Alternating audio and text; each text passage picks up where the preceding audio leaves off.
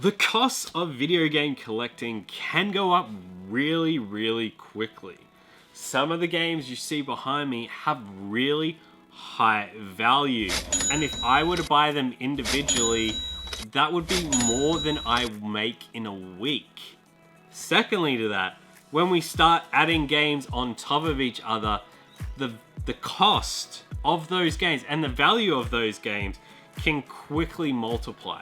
So it is very important that we are strict with ourselves and our budget so that we do not overspend money that we shouldn't be doing. And that's what we're looking at today. We are looking at how to budget and tips on how to make our budget work for video game collecting. Let's do it, guys. This is the most boring part of video game collecting, I promise. Yes, it is. But from here on out, next episodes, it's where the fun really begins. By now, you should know exactly what you want to collect and why. If you have not seen episode 1 of video game collecting in 2022, I recommend you check that out first before watching this video. You can find the link to that video in the description below, or I may put a card right up here.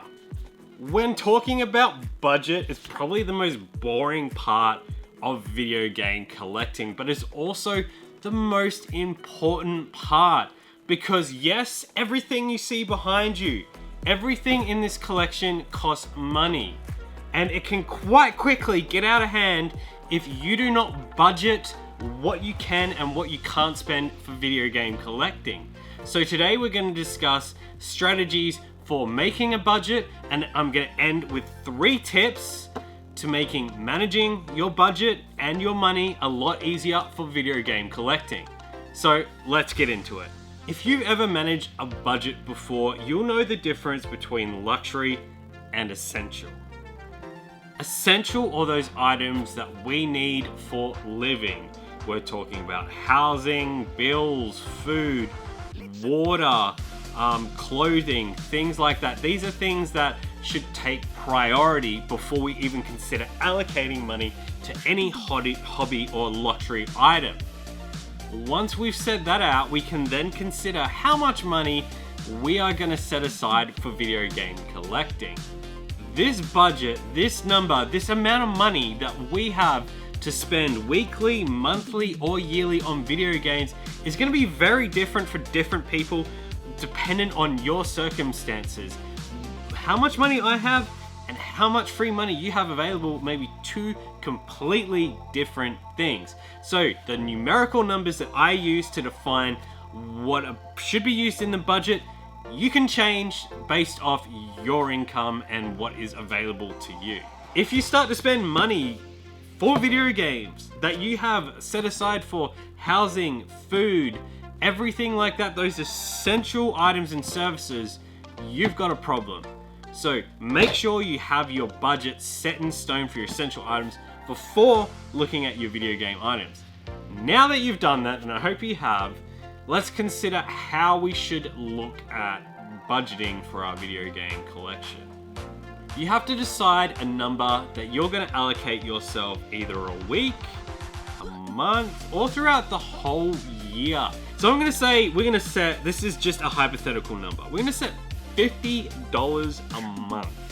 No, that's not enough. That's hell not enough. $50 a week. Let's do a week aside for video game collecting, which over the month averages out to be $200. Now, you may think that that will not go far. You go to a video game store and new games are expensive as hell now. $100. So within a month, we've only been able to buy 2 games. Well, that's completely up to you if you choose to do it that way. But there's other ways to source, which we'll go into in the next episode. We'll look at physical and online places where we can source video games for cheap and find some great deals. Later on, yes, we will go into talking about buying bulk deals, buying some and then selling some on to put back into the collection. We'll go through that at a later episode, but for now, I just want to focus on making sure that you set yourself aside amount that you know that you can spend weekly or averaged over the month to grow your video game collection. I promised tips, I did. Okay, here are some tips. Tip number 1.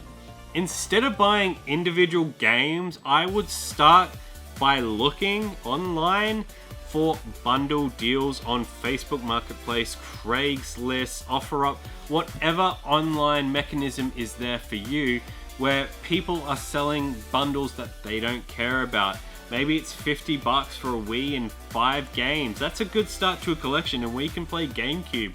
Have a look at those to start with instead of buying individual games. That will go a lot longer in the long term in building something. Tip number 2, have 2 wallets. What I mean by that is have a wallet that is for your daily use and have another wallet that is just containing your video game collecting money, your loyalty cards for thrift shops, your gift cards or whatever. That way, when you go out collecting, there's no way that you should be dipping into that essential wallet, that daily use wallet. If all the money you need is in that second one, it will stop you spending money that you're not supposed to be spending on video game collecting.